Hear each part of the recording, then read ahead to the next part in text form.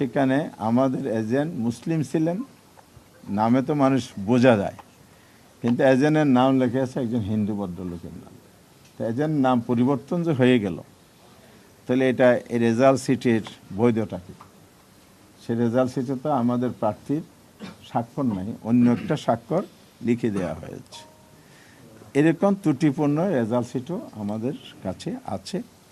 এই বিষয়গুলো সহ ইলেকশন প্রক্রিয়ার মধ্যে যে ভোট গণনা ফলাফল প্রকাশে ত্রুটি হয়েছে, এগুলো নিয়ে আমরা আজকে কথা বলেছি।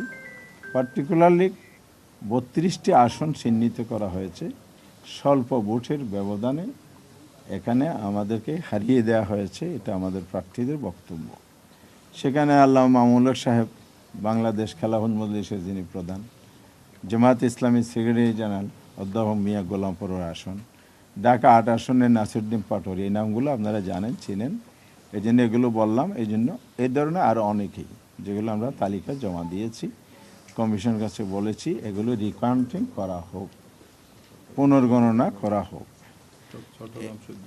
এই চট্টগ্রাম 14 কর্নেল অলি সাহেবের ছেলে ওমর ফারুক সাহেব, উনি এখানে উপস্থিত আছেন। ওনার অনেকগুলো এভিডেন্স উনি কমিশনকে শো করেছেন, উনি কী করেছেন, কী কমপ্লেন ছিল।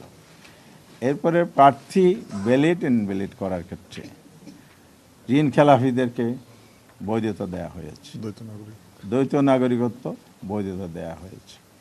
এই বিষয়গুলো হলো মেজর। ইলেকশন ভোট গণনার মধ্যে যদি ত্রুটি থেকে যায়, ফলাফলে তার প্রভাব পড়বে, এটাই স্বাভাবিক।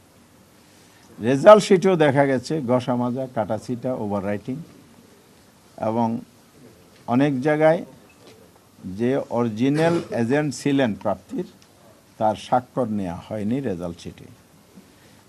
যেমন ঢাকা 6 মনে হয় আব্দুল মান্নান 6 আসনে রেজাল্ট শিট লেখা হয়েছে পেন্সিলে। সেখানে আমাদের প্রার্থী ছিলেন দাঁড়িপাল্লার ডক্টর আব্দুল মান্নানকে ফোর্স করে বের করা হয়েছে, আবার যারা ছিলেন নিষ্ক্রিয় করা হয়েছে, কমপ্লেন দিলে ধমকি হুমকি দেওয়া হয়েছে, এ ধরনের কমপ্লেনও আছে।